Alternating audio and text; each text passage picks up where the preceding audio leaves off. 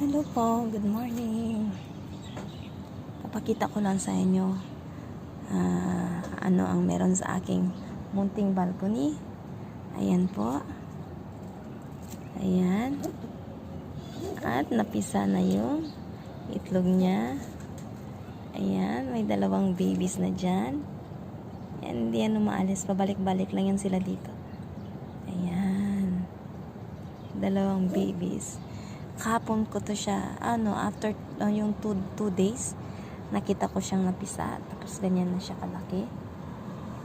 And then, on the other side, ito, kakacheck ko lang kanina.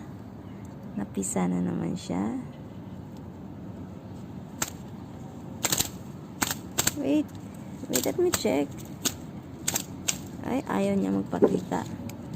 Ayaw niya makita kasi baby pa talaga yung baby niya. Ayan ang nakikita niyo sa side. Ayan.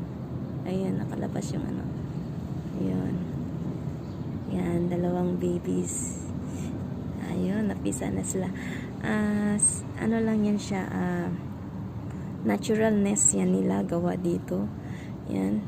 Napakaliit ng balcony ko. Tingnan nyo. Pero, yan. Napakaliit.